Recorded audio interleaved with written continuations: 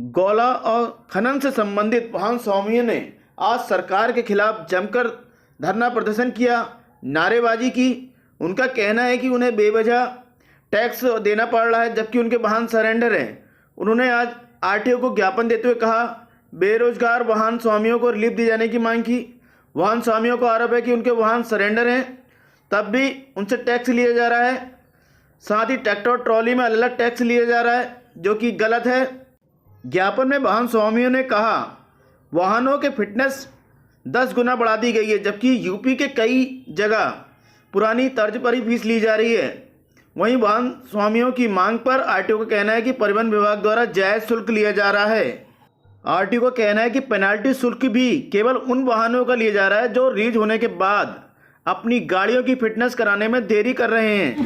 जिंदाबाद, जिंदाबाद।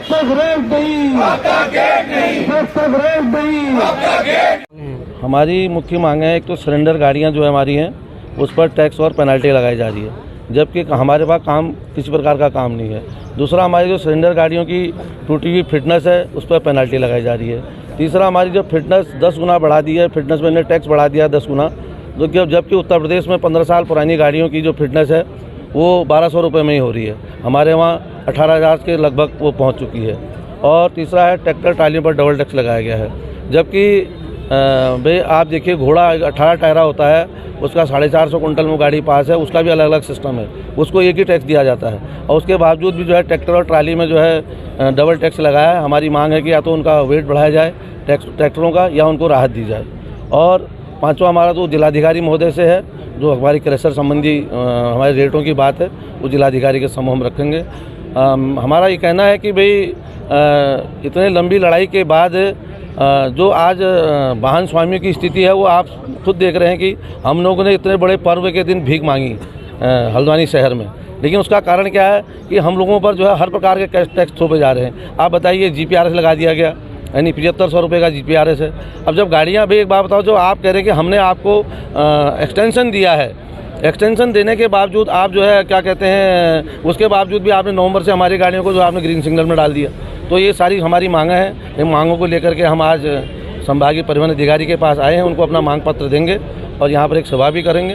और हमारा आपके मंच के माध्यम से निवेदन है कि हमारी मांगों पर जो है तुरंत निर्णय लिया जाए, जिससे हम भी चाहते हैं कि गौला सुचारू रूप से चले। जीवन कौड़वाल, अध्यक्ष लाल पागड़ी। सबसे पहले तो मैं आप लोगों का बहुत बहुत धन्यवाद करता हूँ, क्योंकि जिस दिन हमने उत्तरायणी में भीख मांगी थी एक राज्य एक रोटी के लिए, वो हमारा जो है सरकार ने वो हमारा जो है मांग पूरी कर दी है।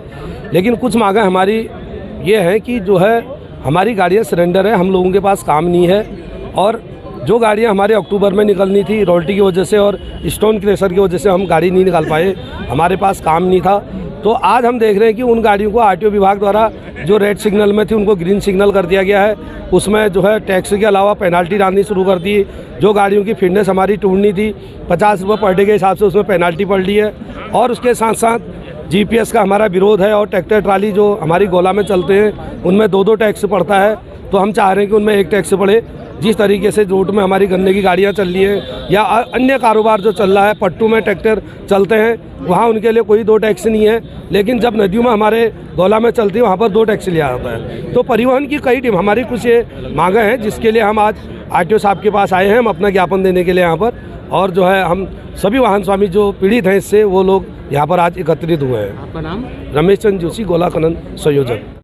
हाँ, उनके द्वारा मांग की गई है कि हमारे जो सरेंडर गाड़ियाँ हैं उन पे टैक्स और पेनल्टी लगाई जा रही है, और जो फिटनेस जो है अगर एक्सपायर हो गई है उस पर पेनल्टी लगाई जा रही है। तो उसमें हम ये बताना चाहते हैं, जो भी सरकार द्वारा नियम लागू किए गए हैं उसी के तहत कार्रवाई की जा रही है, और किसी भी गाड़ी मालिक के ऊपर कोई अन्यथा पेनल्टी नहीं लगाई जा रही है। अगर गाड़ी जब रिलीज़ हो रही है उससे फिटनेस कराने के दिन में अगर 2, 4, 6 दिन अगर हो रहे हैं, वो हमारे पेनल्टी सिर्फ उसी पे लगाई जा रही है। और दूसरी बात, इन्होंने ये कहा है कि फ़िटनेस की जो फ़ीस बढ़ा दी गई है 12,500 रुपये जो कर दी गई है, और यूपी में इनका कहना है कि यूपी में वहाँ पर ऐसा नहीं हो रहा है। तो मैं ये बताना चाहता हूँ, ये भारत सरकार द्वारा फ़ीस बढ़ाई गई थी जिसमें सरकार ने उसको लागू किया है, और यूपी में भी बहुत ज़िले ऐसे हैं जहाँ पर ऐसी कार्रवाई की जा रही है और फ़ीस भी जमा करवाई जा रही है।